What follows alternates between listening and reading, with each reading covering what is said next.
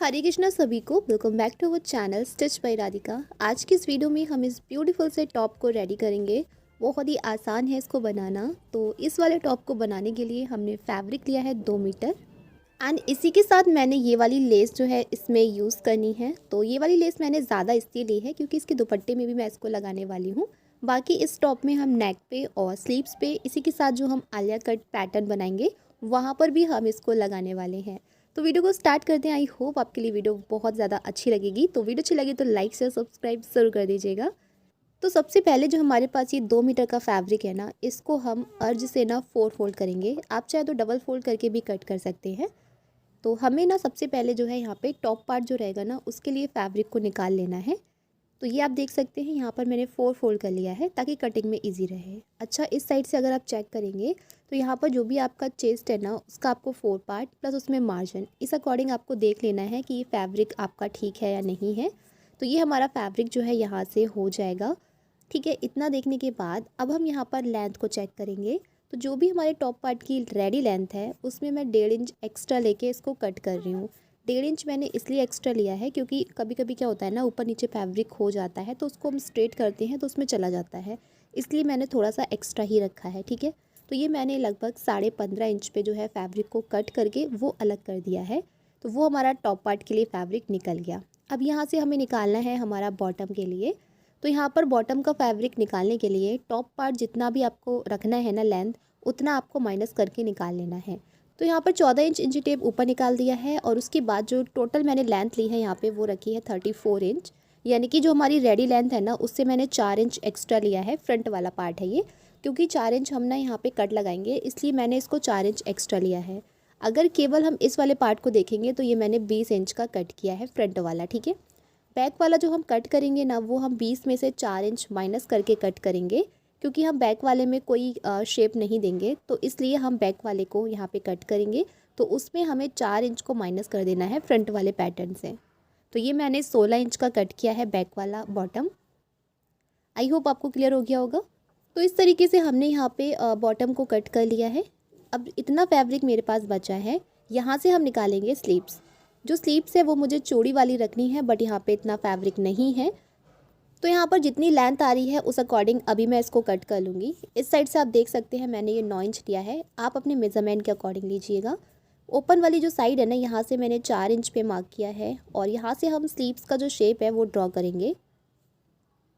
तो इस तरीके से हमें जो है यहाँ पे स्लीव्स का शेप ड्रॉ कर लेना है। यहाँ पर जो मैंने इसकी लेंथ रखी है ना वो 23 इंच है, रखी नहीं है, इतना ही फैब्रिक था।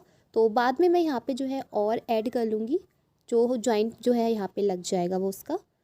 नीचे की साइड से जो हमारी फिटिंग रहेगी वो 4.5 इंच की है। 1.5 इंच एक्स्ट्रा लेते हुए मैंने 6 इंच पे मार्किंग की है और इस तरीके से शेप देके हमने एक्स्ट्रा फैब्रिक कट कर देना है। तो ये हमारी स्लीव्स की कटिंग हो चुकी है और बाद में हम इसका जॉइंट लगा के इसको कंप्लीट करेंगे, फिर मैं आपको लास्ट में दिखा दूँगी। तो इसके बाद जो है अब हम यहाँ पे कट करेंगे हमारे टॉप पार्ट को, जिसमें हमें फ्रंट और बैक पार्ट इस तरीके से एक साथ रखने हैं।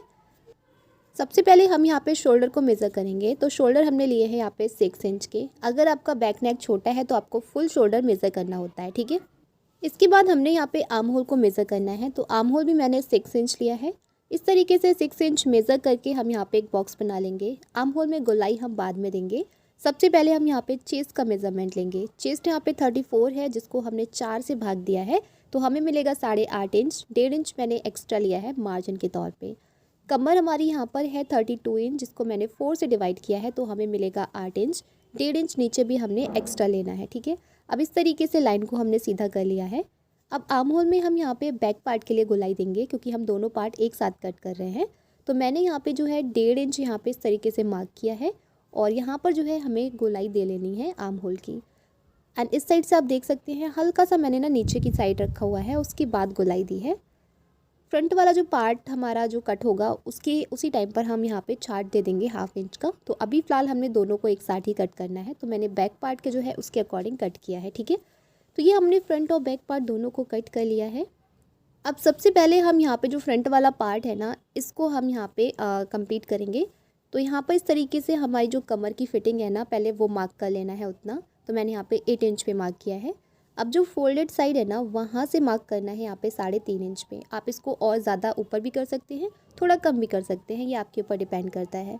3.5 इंच मार्क करने के बाद अब इस तरीके से इन दोनों मार्किंग को हमें मिला लेना है। तो ये मैंने बहुत ज़्यादा ऊपर नहीं रखा है, काफ़ी लोग 4-4.5 इंच भी रख सकते हैं आप, वो आपके ऊपर डिपेंड करता है। अब इस तरीके से हमें जो है यहाँ पे हल्का सा गोलाई का नीचे की साइड ना शेप देते हुए हम इसको कट कर लेंगे। उसके बाद यहाँ पे जो है, यहाँ पे हमें छाट देना है। तो यहाँ पर हम 1/2 इंच अंदर की साइड जो है इस तरीके से गहराई दे देंगे यहाँ पे आर्म होल में। और नेक जो है वो हम यहाँ पे पेस्टिंग पेपर पे रेडी करेंगे, ठीक है। तो ये हमने फ्रंट वाला पार्ट कट कर लिया। बैक वाले पार्ट में कोई चेंजेस करना नहीं है, केवल हमारा जो नेक होगा उसका वो भी हमारा पेस्टिंग पेपर पे रेडी होगा। क्लियर। अब यहाँ पे जो हमारा बॉटम है उसमें हमें यहाँ पे फ्रंट पार्ट में जैसे हमने टॉप पार्ट में लगाया था ना कट, वैसे ही हमें यहाँ पे बॉटम में भी लगाना है। तो ये मैंने यहाँ पे 4 इंच पे इस तरीके से मार्किंग की है। ये ओपन वाली साइड है, यानी कि जो खुली वाली साइड है ना वो है, और जो फोल्डेड साइड है वहाँ पे हमें ऊपर तक लेके जाना है इसको इस तरीके से, ठीक है। आप चाहे तो इस तरीके से स्केल की हेल्प से भी इसको यहाँ पे सीधा कर सकते हैं, जैसा भी आपको कंफर्टेबल लगे। तो इस तरीके से हमने जो है यहाँ पे इसको शेप दे दिया है। ये हमारा फ्रंट वाला पार्ट है, ध्यान रखिएगा। तो ये फ्रंट वाले जैसे हमने टॉप पार्ट में लगाया था ना, वैसे ही हमने यहाँ पे इस तरीके से शेप दिया है बॉटम में। तो ये हमने कटिंग कर ली है। और जो बैक वाला पार्ट है ये आप देख सकते हैं, ये हमारा ऊपर की साइड से ना छोटा होगा, ठीक है। तो ये जो है यहाँ पर आप देख सकते हैं, ये हमारा 4 इंच एक्स्ट्रा रहेगा। तो ये इस तरीके से हमारा ये पैटर्न आ जाएगा। नीचे की साइड से जो ऊपर नीचे हो रहा है ना, बाद में मैं इसको कट करके बराबर कर लूँगी। फिलहाल हमारी यहाँ पे जो कटिंग है वो कंप्लीट होती है। चलो अब इसको स्टार्ट करते हैं स्टिच करना। तो सबसे पहले हम नेक को रेडी करेंगे। तो ये हमने पेस्टिंग पेपर ले लिया है। ये हमारा फ्रंट वाला पार्ट जो है ना उसका नेक है। लेंथ मैंने इसकी 8 इंच रखी है और चौड़ाई में आप देखेंगे तो ये 4.5 इंच है पेस्टिंग पेपर, ठीक है। यहाँ पे सबसे पहले विड्थ जो है उसकी वो हम मेज़र करेंगे, जो कि हम रखेंगे 3 इंच। ये आप अपने अकॉर्डिंग कम ज़्यादा कर सकते हैं। लेंथ हम यहाँ पे नेक की रखेंगे वो 7 इंच है। ये फ्रंट वाला नेक है, ठीक है। एंड इस तरीके से ना हम पूरा स्ट्रेट वी नहीं देंगे, हल्का सा यहाँ पे राउंड शेप में देते हुए इसको वी कट देंगे। तो ये हमने ड्रॉ कर लिया है। इसके बाद जो है ये पट्टी की चौड़ाई आपके ऊपर डिपेंड करती है, कितना चौड़ा आप रखना चाहते हैं। मैंने इसको जो है यहाँ पे 1/4 इंच रखा है, ठीक है। अब यहाँ पर जो हमने मार्किंग की है उस मार्किंग के ऊपर हम इसको कट करेंगे। तो ये हमारा रहेगा फ्रंट वाला नेक।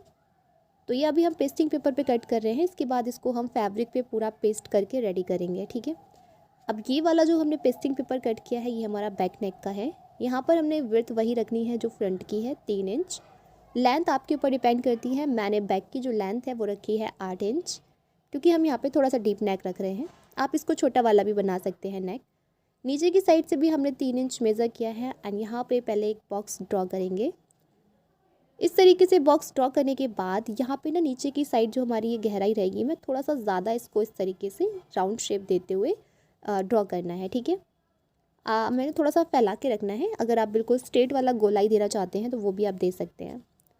तो इस तरीके से हमने इसको कट कर लेना है। और इसकी जो चौड़ाई रखूँगी मैं वो 1 इंच रखूँगी।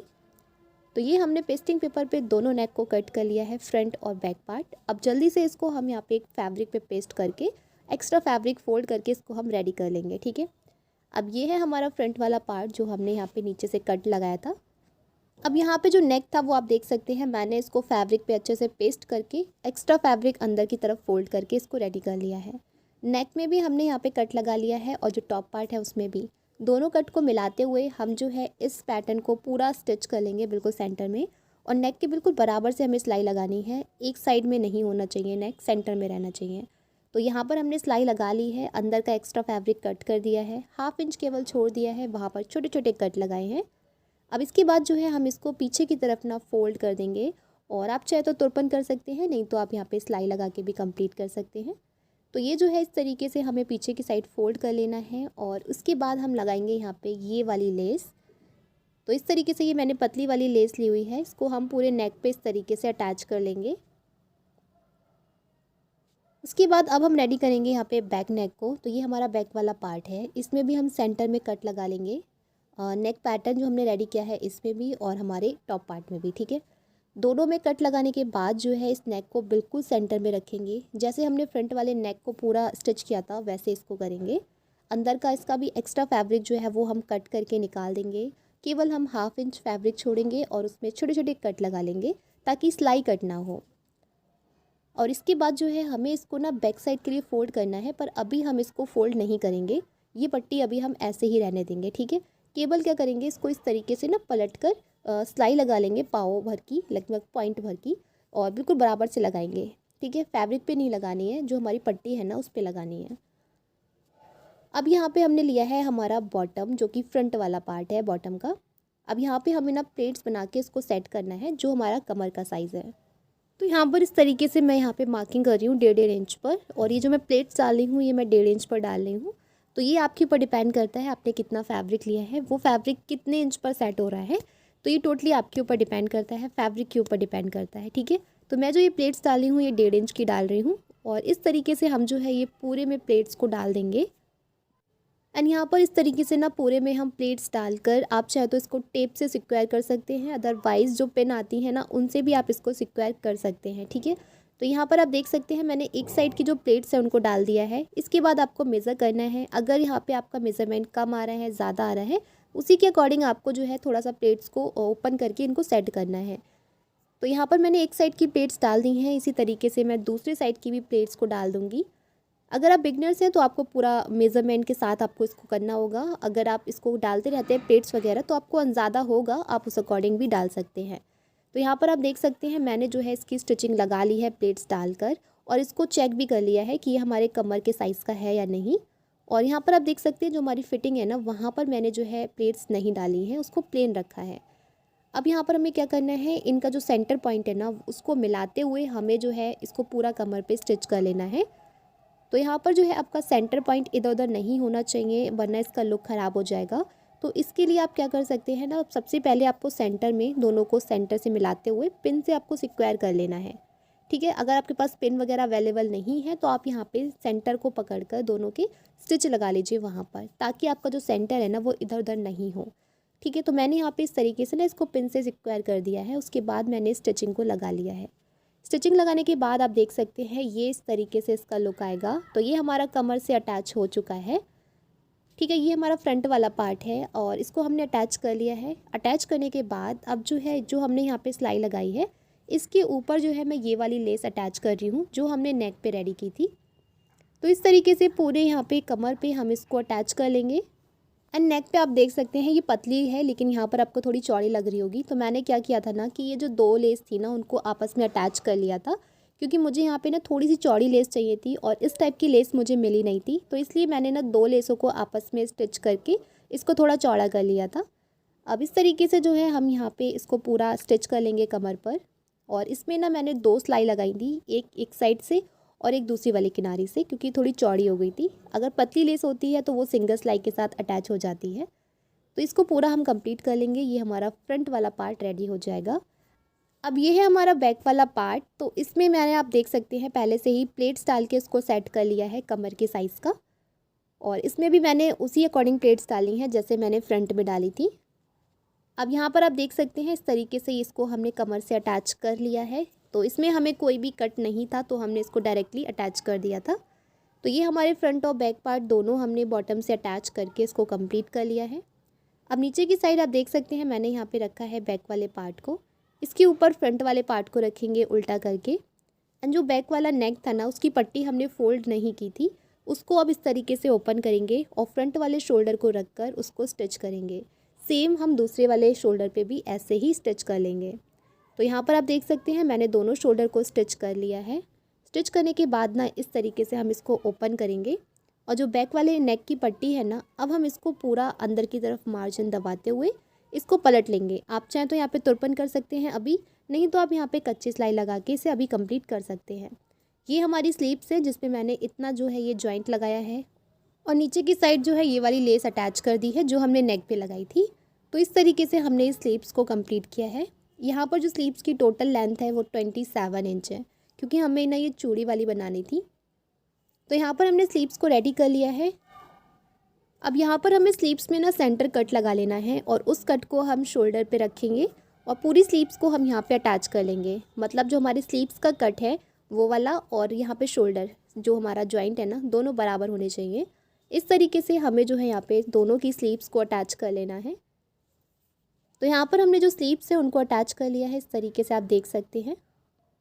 तो यहाँ पे स्लीव्स अटैच होने के बाद अब जो है हमें इसकी केवल फिटिंग बचती है। तो फिटिंग को यहाँ पर हमें इस तरीके से मेज़र कर लेना है। जो आपने स्टार्टिंग में फिटिंग का मार्किंग किया था, आप चाहे तो उसी को डार्क कर सकते हैं। यहाँ पर आपको एक चीज़ ध्यान रखनी है, जो आप फिटिंग लगाते हैं दोनों साइड का मार्जिन आपका बराबर होना चाहिए। ऐसा नहीं है एक साइड ज़्यादा एक साइड कम हो जाए।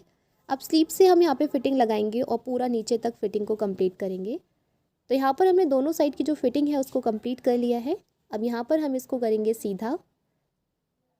तो इस तरीके से हमें जो है यहाँ पे सीधा कर लेना है और यहाँ पे केवल बचता है अब नीचे की फोल्डिंग।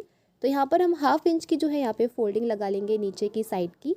अगर आप चाहें तो नीचे की तरफ आप लेस को अटैच कर सकते हैं और मैंने यहाँ पे नीचे की साइड ना प्लेन रखा है। तो यहाँ पर मैं केवल 1/2 इंच की फोल्डिंग लगा लूँगी और पिको भी कर सकते हैं आप, अगर पिको करवाना चाहते हैं तो वो भी अच्छा लगता है। तो यहाँ पर इस तरीके से आप देख सकते हैं हमारा जो ये टॉप है हो चुका है कंप्लीट। और बैक साइड में मैंने ये प्यारे से लटकन जो है वो बना लिए थे और उसमें ये लेस ना ये मैंने यूज़ कर ली थी क्योंकि बच गई थी थोड़ी सी।